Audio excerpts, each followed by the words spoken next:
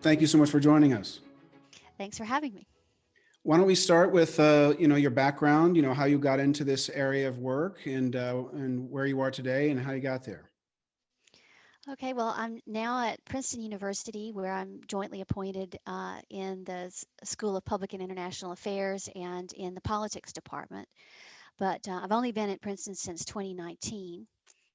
I've been in the business of being an academic and a scholar of legislative institutions and of the Congress since the 1990s.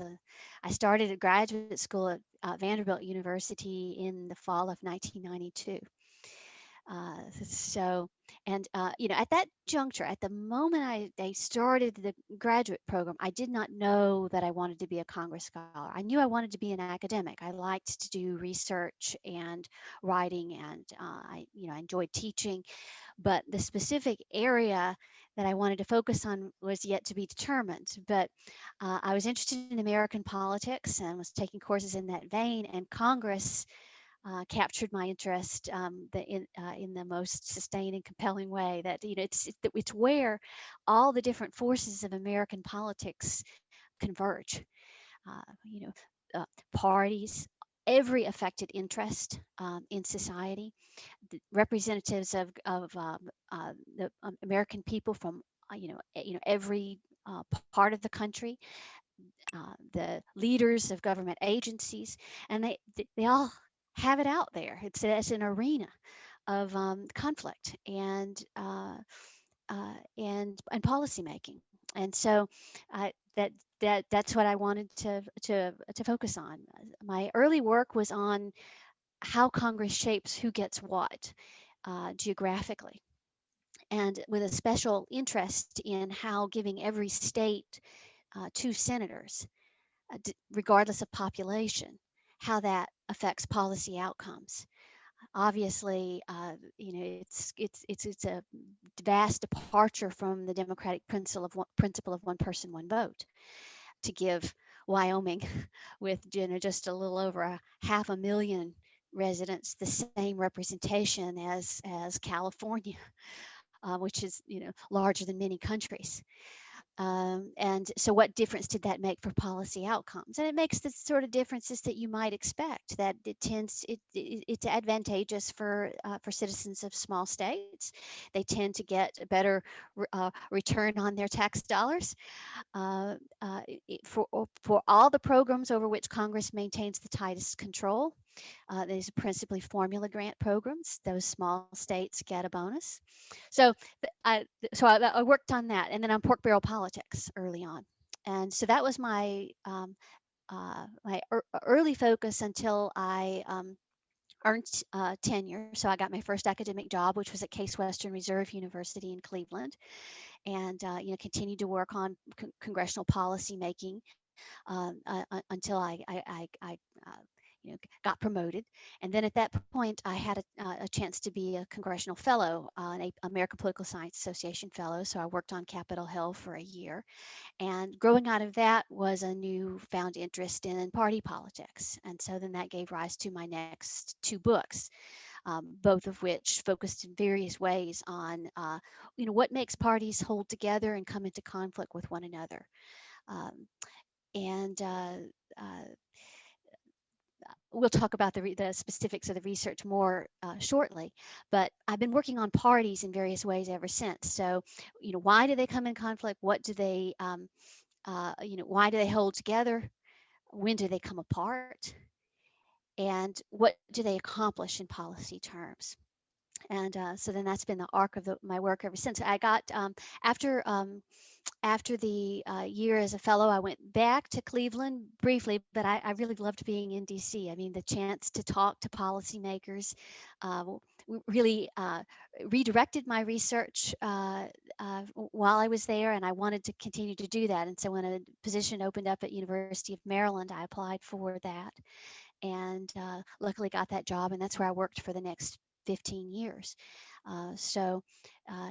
Princeton's a relatively new departure, and sort of was reluctant to leave DC, and wound up barely leaving, in the sense that the pandemic struck halfway into my second semester on the faculty at Princeton, and now been teaching remotely from Washington D.C. at Princeton for longer than I was in person in New Jersey. So that's an overview of how I got to where I am now and what I've been working on. Great. Well, why don't we start with a deeper dive into the party idea? Obviously, if we go back to the Federalist Papers, the predominant word I think was faction to describe any kind of group, and party is a particular kind of group that later emerged. And so I'm curious, as someone who spent so long thinking about parties, why don't we start with the idea of what are they, and then maybe move into the other parts of why do they matter and what are they actually doing these days? So I think of parties in a minimalist way. A party is a group of political leaders allied under a common label who compete for power. I think if you strip a party down to its essence, that's what they are. It doesn't necessarily mean that they agree on issues or agendas, on goals. They may not. Parties have varied on that dimension throughout U.S. history. But they all boil down to cooperating to control uh, uh, important positions of power. So in the congressional context, that means to chair the committees. The majority party controls all the committees, controls the Speaker of the House, the key constitutional officer in the House of Representatives. And so beyond that, what else they accomplish is open-ended, but they can do that. That's sort of the key test of a party, is the ability to win and um, to hold offices. Okay, and so that's what differentiates them from some other group that has a particular policy goal. Then it's the fact that they want to seize and hold power as a group. Right, that's right. Right. And in fact, long stretches of U.S. history, parties have struggled to agree on much more than that. You think about the Democratic Party of the 20th century that dominated Congress the from 1932 up through the 1990s. If you're talking about the House of Representatives and the Senate, up through 1980. So much of the 20th century, the Democratic Party was the majority party in Congress, and for a lot of that time, you couldn't even get them all in the same room together without them, uh, you falling into argument and disarray. That in fact, it was good. The general view of congressional leaders of the mid 20th century was that you shouldn't convene the caucus at all. They didn't even meet. Uh, they would meet at the start of the Congress to organize the Congress, and then they would not meet to discuss policy because the disagreements within the party were so deep. And yet they could still manage to call themselves Democrats and to organize the Congress and to control the committees, but they couldn't agree on anything else beyond that. Right. So let's move on then to your research. So, what questions are you asking about parties, and what answers, if any, have you found? Well, my most recent book, co-authored with Jim Curry of the University of Utah, is called The Limits of Party, and it looks at the effect on lawmaking of the rise of party conflict in Congress and the centralization of power in party leadership offices. That we know that that there are far more roll call votes that break down on party lines, that members are much more loyal in voting with their parties than they used to be, that the leaders control the floor of both House and Senate in a much more heavy-handed manner than they used to, with very little by way of open freewheeling amending.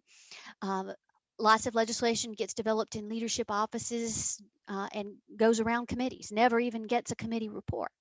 So what does this mean in terms of policy outcomes, we ask? So first thing we look at is just enacting coalitions.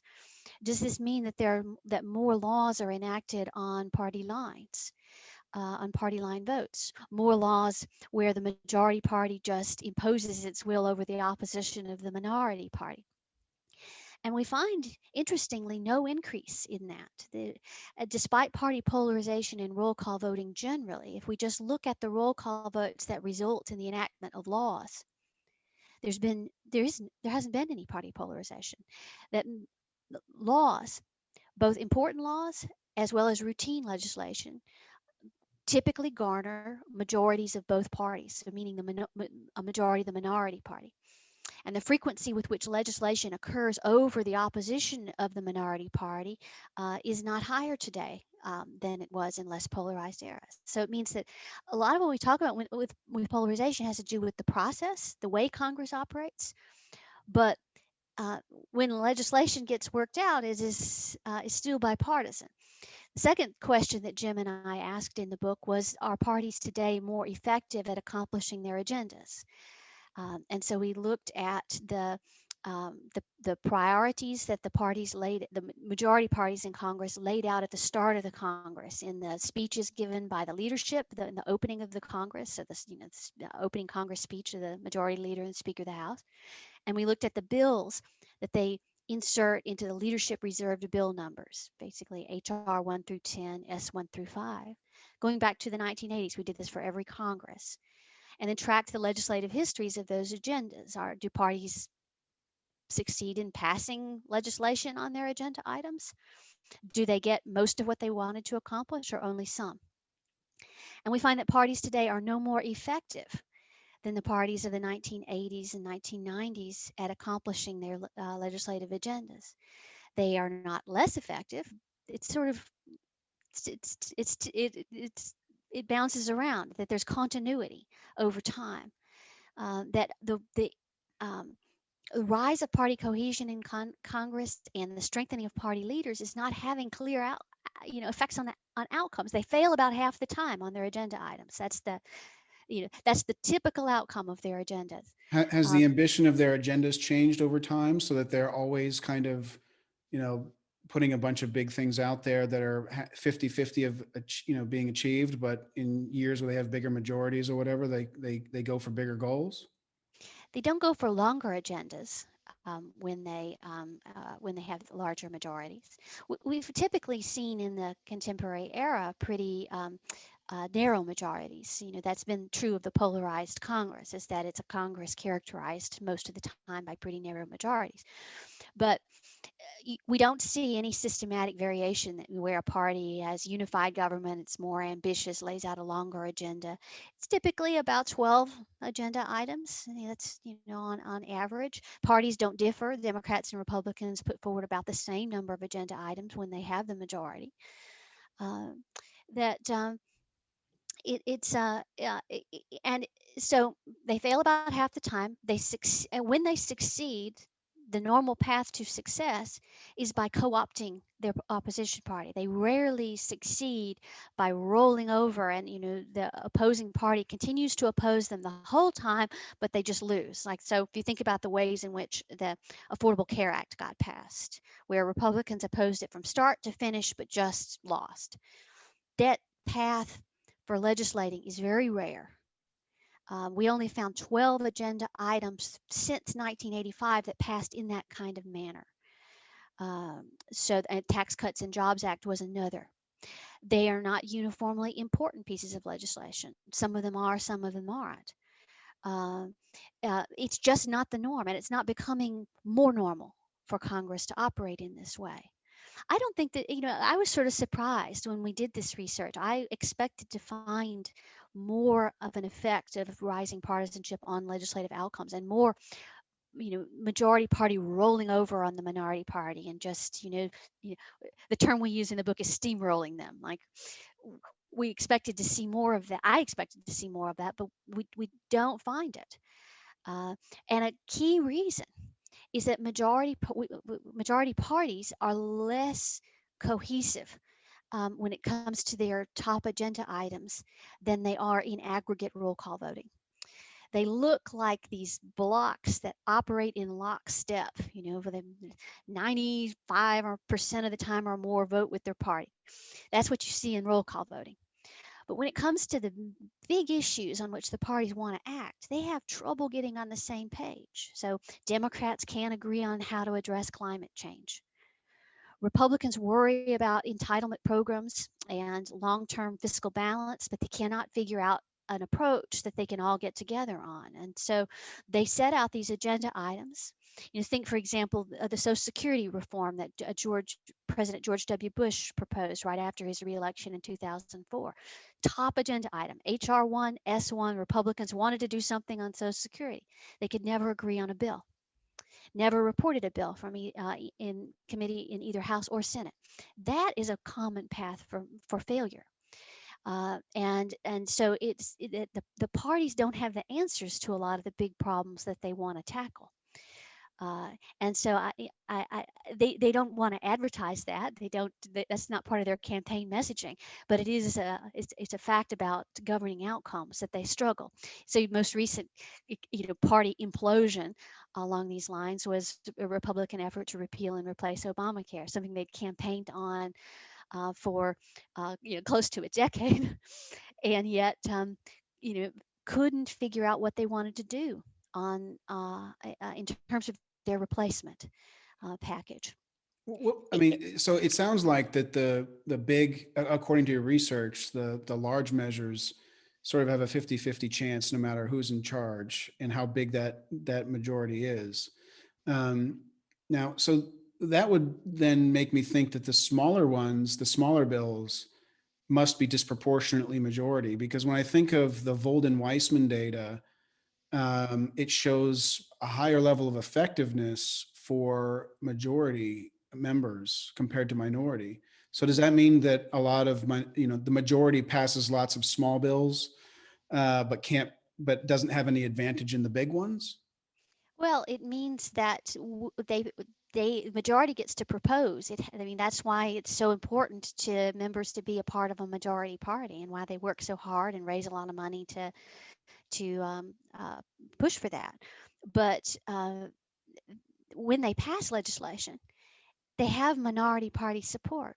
So they can propose things, but they pass very little legislation over the opposition of the minority party. It's what do you get to focus on? They rarely get a chance to just dominate the minority party. That they don't succeed in legislating over their objections, but they get to choose what to push when you're in the majority. So, and on big controversial matters, majorities have trouble holding their ranks together. So any issue on which the majority party is able to coalesce its ranks, in most of those cases, it also attracts a substantial amount of minority party support. That, in other words, the parties are not as polarized as they appear in a great deal of roll call voting. That they look like they don't agree on anything. And they campaign, they criticize each other very harshly. But when it comes to getting out of the brass tacks of legislating, parties really struggle to act in areas where there's significant societal controversy. And yes, when you're looking at the Volden-Weissman data, majority parties get to set the agenda. And so the suspension bill, so lots of bills pass under suspension of the rules. That means that you're going to need a 2/3 majority to pass it in the House. So that means a lot of minority party support. You can't pass it if you don't have a lot of minority party support. So they have it. They get to choose which things to go forward on. So that's the difference sort of between agenda setting and then being able to legislate on your partisan wish list. Those things are not should not be seen as one and the same. Right. Great. Well, so in terms of the parties, then I know you have other work that talks about when the two parties are more equal in terms of their when the equilibrium of Congress is tighter, when it's a 50-50, 49-51, that does change behavior in terms of what's happening. Can you talk more about what you've done in that area and what you found? Mhm. So I had a book in 2016 called Insecure Majorities that looked at how the intensification of competition for control of Congress, party control of Congress, how that has affected behavior inside Congress, incentives of members, incentives of parties and the leaders of parties. And if you think about the Congress of the 20th century, the seemingly permanent Democratic majority, Republicans, through much of that period, did not see a path to power, did not believe that they saw Republicans as a minority party in the country, and they did not believe that Republicans were within striking distance of winning majority control of Congress. So that sets up a different set of incentives in the Congress of that time. It made sense if you think about the relationship between committee chairs and ranking members on committees. They could cooperate. The ranking members wanted to get a piece of the action to pass legislation that accommodates some of their priorities, and they didn't have much reason for saying they're doing a bad job. We can't support anything that they're proposing. Here's what we would do if we were in the majority, and put forward a list of partisan alternatives to say, if the American people grant us majorities, this is what we would do instead. They didn't have incentives to do that because they didn't think it was in play. But what happened after 1980 is that, when Republicans, to their surprise, won control of the Senate, no one was expecting that. Suddenly, Democrats are, put into the minority in the Senate, and they have to, retool. They need to engage in collective action to win back the majority. They began to set up roll call votes for the purpose of highlighting how Republicans and Democrats differ from each other, so they could say, this is what they're doing wrong, this is what we would do differently. Um, and you got Republicans still in the minority in the House of Representatives looking at Senate Republicans holding gavels and Reagan in the White House. And they began to believe it might be possible for Republicans to win a majority in the House. And so you get visionaries, backbench visionaries like Newt Gingrich, who wanted to take it to the Democrats, go out on the floor and say what they're doing wrong and try to win. We can be a majority party, is what he was telling Republicans. What we've had since 1994, where the Republicans ended the permanent Democratic majority in the House, it has been a period of intense competition for control, where both House and Senate are in play, and in any given election, we get to see a majority shift. And what that means is it incentivizes a tougher kind of partisanship in Washington, where the out party is looking for a path back in, engaging in messaging aimed at showing up the majority party. We don't vote with them. We don't want to support what they do. We want to show how we would do it better. So it's a harder edged partisanship that grows out of competition, close competition for power. And that's been we've been stuck in that moment now for a long time. I mean, we just saw yet another excruciatingly close set of national elections. Where the control of the Senate was decided by two runoff elections in the state of Georgia. So this continually focuses members on that competition for majority status, and parties have grown in strength, institutional strength, in many ways during this period. The Hill committees that raise money for congressional elections raise so much more now. And it's not just because races are more expensive or there's been inflation. It's because there's more at stake. It didn't used to matter who won, for example, those seats in Georgia in the 20th century. It wouldn't matter, those Senate seats, because Democrats were in the majority and Republicans were not, and that was that was accepted. That's normal. Uh, it wouldn't matter in any particular competitive race anywhere in the country which party won it. Really, I mean, it mattered to the people of that district or that state, but it wouldn't matter to a national party. But the national stakes are much higher now in the era of insecure majorities, and that creates different incentives inside Congress, makes bargaining harder. Um, why cut a deal now if you think you're going to be in power in 2 years? So we, we often think of competition as a good thing in democracy, um, but the um, the analysis there suggests that there are some downsides, focusing politicians continually on politics rather than on policy. Well, I think it's interesting that on the one side, your research is showing that parties, whoever's in charge, doesn't matter much for the policy outcomes for that dominant party or for the majority party. But at the same time, your most recent research is showing this. I guess it would have to be a level of resource dedicated to reelection, even a percentage of time increase to that activity over legislation. Shouldn't that have some impact on the outcome of the legislation? Well, it um, unquestionably makes negotiation in Congress more difficult. Uh, it's hard for Congress to act in areas that are tremendously controversial along party lines. There are few breakthroughs where Congress passes legislation that moves policy in either a leftward or a rightward direction. Clearly, there's usually kind of a mix. Most legislation is rather ambiguous with respect to the ideological direction of the country. You rarely see a clear breakthrough. They're episodic. So most of the time, the parties are roughly fighting to a draw. Uh, so the majority party gets to set the agenda, but it rarely gets to legislate. On its fondest wishes, it gets blocked by the other side or by internal divisions in its own ranks. Uh, so uh, I'd say the politics today more partisan, more conflictual, more oriented towards control, more of a continual struggle for control. But policy outcomes don't um, advantage one side or the other in a marked way.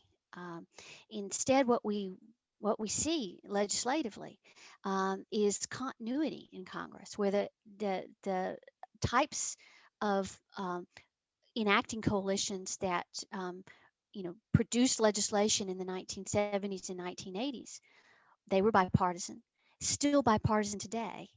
What Congress actually gets done. Um, that that you might think of this as the checks and balances in the constitutional system still operating in a way that forces compromise, despite all the incentives not to engage in compromise. They hate it. The parties hate to have to do it. They don't do it out of any goodness of their heart. They do it because the system forces them to do so. And what the new work shows is that it's still doing that. It's still forcing that kind of compromise. What do you think would happen under a circumstance where there was a third party that was of substance?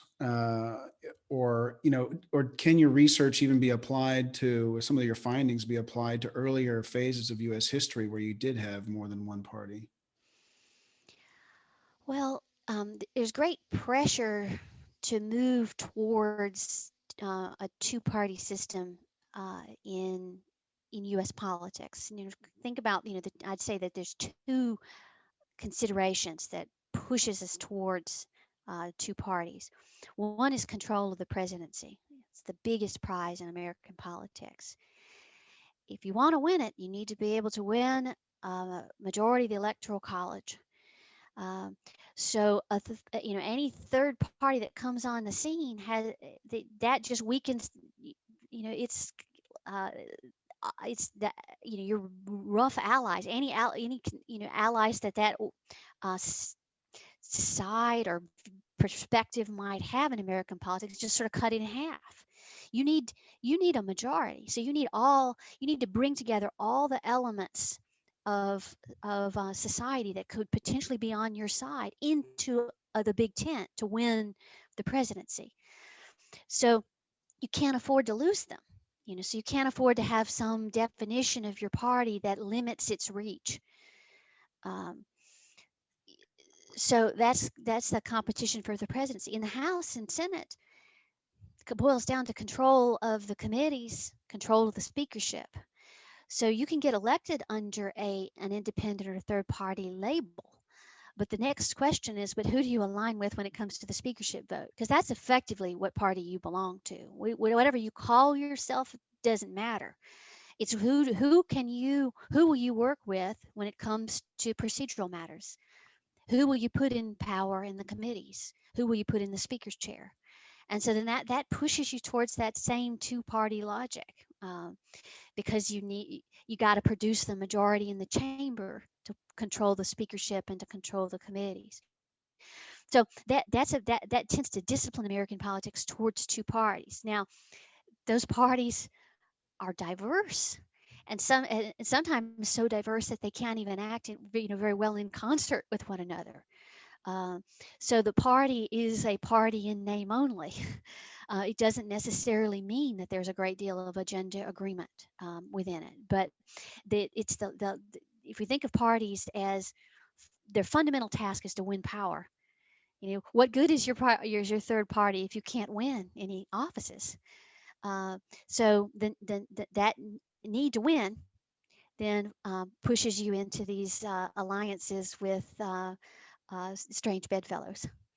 And what about in the Congress itself? I mean, there are certain institutional mechanisms that kind of solidify this two-party system. The whole concept of a chairman of a committee versus a ranking member of the minority party. I mean, these are sort of artificial constructs created around this two-party system, at least in my observation. And are is that something also that reinforces this element, and that the parties themselves have created that so that it perpetuates the two parties? Or is that just a more efficient way to do things, and it just happens to be that it fits a two-party system? Well, somebody has to make the decision. What issues are we going to take up? You know, the competition for agenda space in American politics is fierce. I mean, there's so many groups that have different demands. What are the problems facing the country? People have different ideas about the answer to that. That's the fundamental power of parties in American politics, not to decide the outcome, but to decide what to take up. And so in the committees, who gets to decide what are we going to hold hearings on? Where are we going to direct our efforts at oversight? What are the bills that we're going to greenlight? Um, still have to get those majorities, and usually super majorities, to actually pass anything. But what are you going to work on? Somebody's got to make those decisions. And so that becomes what the fundamentally the parties struggle um, to uh, to decide. That political decision about what's on the agenda, uh, that is not going to be that can't be handled in a bureaucratic manner. Um, it's got to be responsive to the needs of the time, and that we cannot escape the role for political discretion in making those decisions. And so uh, that's in my view what parties are fundamentally fighting over at all times: control of the presidency, which is the control. What are you going to bring up in the State of the Union address? What are the um, uh, issue areas where you're going to direct resources to remedy, to address? Um, that's that's what leadership is about, um, and so to win it. And so the groups in society that coalesce together to compete for that kind of control have to be capable of winning. Uh, there's really no there's no prize for second place. You can lose the presidency by just a few votes, and you don't get a single cabinet seat. You don't get anything. Uh, you can control the Senate with the tie-breaking vote of the vice president, and your people get to chair all the committees. The other party won't get a single committee. So it's a high stakes battle in that sense. Yeah, I think that's the nature of group decision making, right? It often can be binary, and when that decision's made, if you look at it from an information point of view, the information is lost of the minority. Then, right, the unit acts as if there was only one choice all along. So in terms of and this actually is a good lead into my next question, which is on the transparency side. Um, you know, there's this idea that you could make Congress totally transparent, right? You could follow around every congressman and senator every day with a camera, and that would be some people's vision of utopia, and others, would take the view that, well, if you do that, then you're going to just have message politics all day long, and you're never going to get any real work done, a real compromise, or you're not going to do what the institution is designed to do, which is to go through this compromising process and come out with a decision on a bill. So, and I heard your testimony to the Modernization Committee, where you were very cautious about this concept of transparency. And so I'm curious if you could talk a bit about your perspective on that, where transparency might work, where it might not work, or what are the unintended consequences of transparency, or the unintended consequences of secrecy or privacy? So what I see as the key problem with transparency is that it's not just a window into Congress. It's not just a way to see what Congress is doing.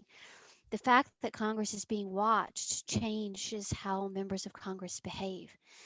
That if the cameras are on, members are talking to the cameras. They're talking to external constituencies, and they're not talking to one another. They're looking to score political points on their opponents, before that broader audience. That they're not engaging with one another as colleagues in the same way anymore. So just putting them under those lights and turning the cameras on them is not just a way for us outsiders, people who are not in Congress, to see what's going on. It changes what they do. And it changes it in problematic ways that make negotiation more difficult. To negotiate, different players have to understand one another's interests. So you need a frank discussion. I need to know what you really, in order to cut a deal, I need to know what you really need. What do you really want here? What are the problems that, as you see it? And I need you to let me know where you can give a little. Where can you make some concessions? Those kind of sensitive discussions, very hard to hold those in public.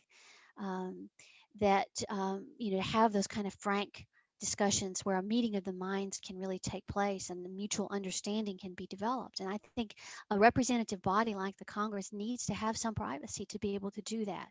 I think we should have maximum transparency on outcomes. What did Congress do? Who supported it? Who voted for it, and what did it do? But the internal processes of negotiation, working the bills out, I think we need to lay off a little bit and to let them have a chance to understand one another and to talk frankly to one another, as opposed to posturing for outside audiences. And that our efforts on transparency should be focused more on understanding what got done. Where did the money go? How was the program set up, and who benefited from it? Understanding the policy rather than having the lights and the cameras on in every committee room or in every caucus meeting or in every setting where discussions need to take place. I think that's misguided to try to do that, and actually winds up harming Congress as an institution that can engage in conflict resolution. Yeah, and it seems just from observation that power seems to migrate to the place where there's the least transparency, right? So right now, the power seems to be concentrated in the speaker's office, right? Where we can't peer inside what's happening there, right? It's kind of a private domain, whereas the public domain of the committees, hearings, you've got a kind of